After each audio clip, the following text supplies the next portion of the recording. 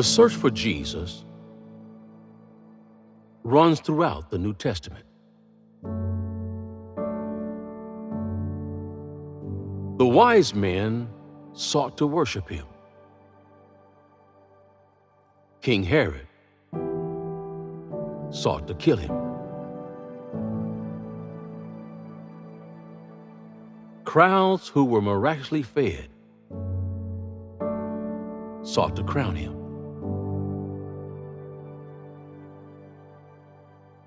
The episode described in Luke chapter 2, verses 41 through 52.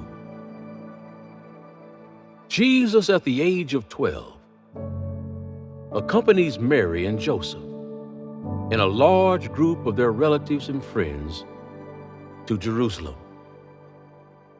on pilgrimage. According to the custom, that is, Passover. While visiting the temple in Jerusalem at age 12, Jesus became separated from his parents and was inadvertently left behind. After a frantic search among relatives and friends, Mary and Joseph returned to Jerusalem to search for him. Upon returning to Jerusalem 3 days later,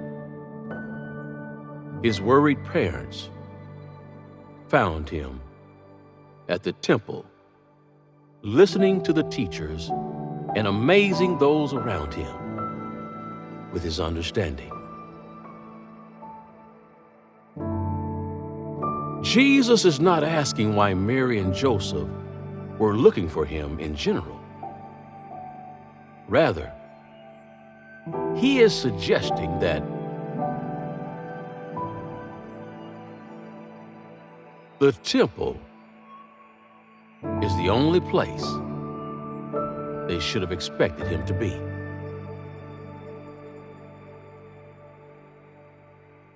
In that context, they didn't need to search for him. Jesus simply said,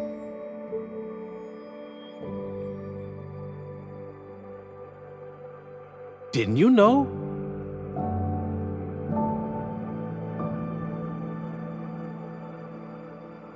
That I'd be in my Father's house?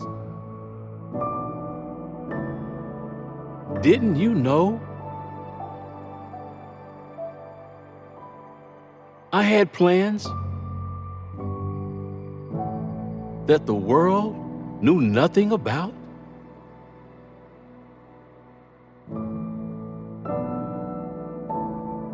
Whenever the road you're traveling only leads you to an end, I'll still be here.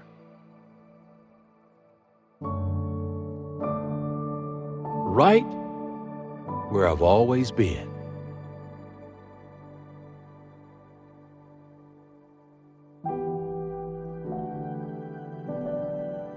But there was a day a few years later when Jesus was to be crucified. Crucifixion is a death sentence. A nailing or tying of the hands and feet to a wooden beam and being left to hang there until death by exhaustion or asphyxiation. The crucifixion Jesus endured was even more brutal than the typical punishment for criminals. He was given a crown of thorns, beaten along the way, mocked, and humiliated. Matthew, Mark, and Luke note that Mary and other women, in particular Mary Magdalene, watched from a distance. Only Luke writes that some of Jesus' disciples were with Mary. It was his mother's mere presence that offered him any consolation at all.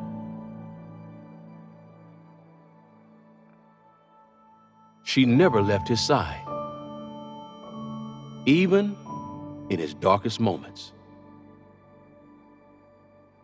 And she went through it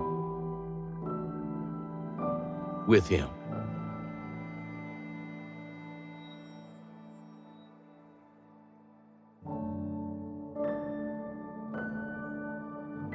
Mary is present at the foot of the cross.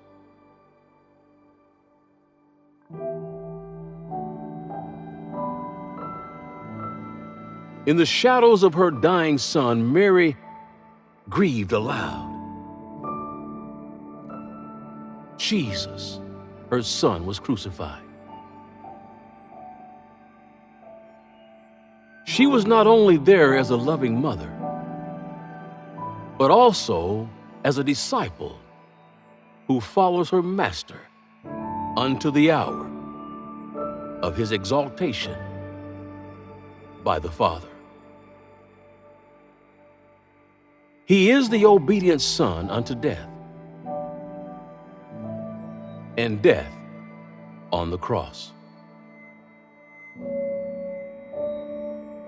If you are one that asks the question,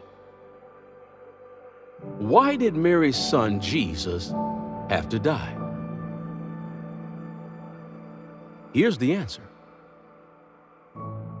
Jesus became sin for us and bore our sins in his body on the cross, thus fulfilling the law. 2 Corinthians chapter 5, verse 21 says, God made him who had no sin to be sin for us, so that in him we might become the righteousness of God.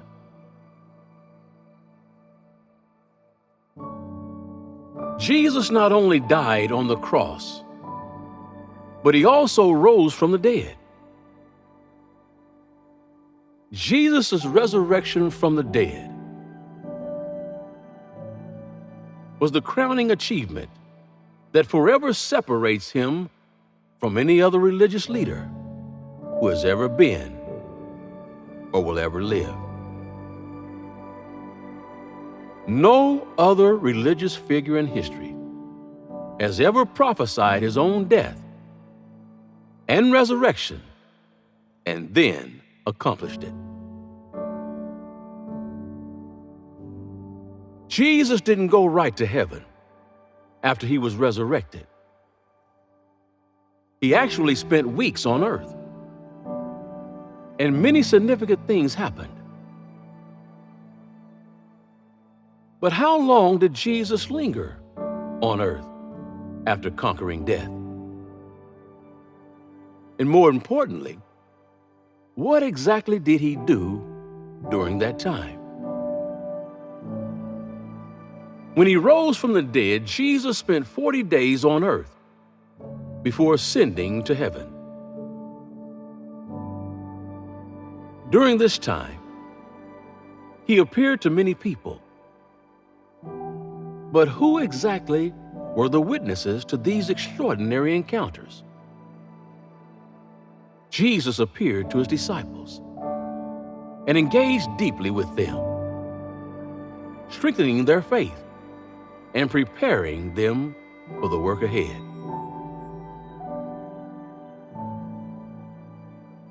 Before he was crucified, Jesus spent the majority of his time teaching crowds of people wherever he went. During his 40 days back from the dead, Jesus did that again, but this time with his disciples. He shared more wisdom, clarified scriptures, and prepared his disciples for their most important mission. Perhaps the most pivotal moment of Jesus' post-resurrection ministry is what many refer to as the Great Commission. As Jesus prepared to ascend to heaven, he commanded his disciples to make more disciples of all nations, baptizing them and teaching them to obey everything he had commanded. Matthew chapter 28, verses 18 through 20. This commission wasn't just a directive for the disciples of that time, but a mandate for all who would follow in their footsteps. This is how the church, as we know it today, was born. There are many who were raised in the church today who yet still struggle to believe in Jesus and his sovereignty. Today I ask them, and I ask you the same question Jesus asked Mary and Joseph. Who are you looking for? Just as Jesus said to them, I now say to you. Because Jesus said that he would never leave us nor forsake us.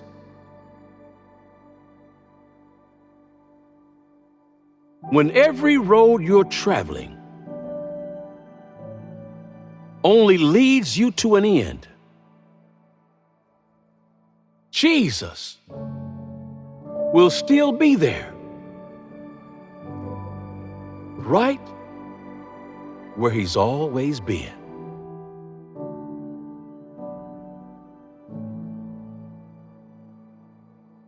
Please subscribe, like, and share this video. Don't forget to hit that bell icon so that you'll receive notification that another video has been added. Thank you for watching.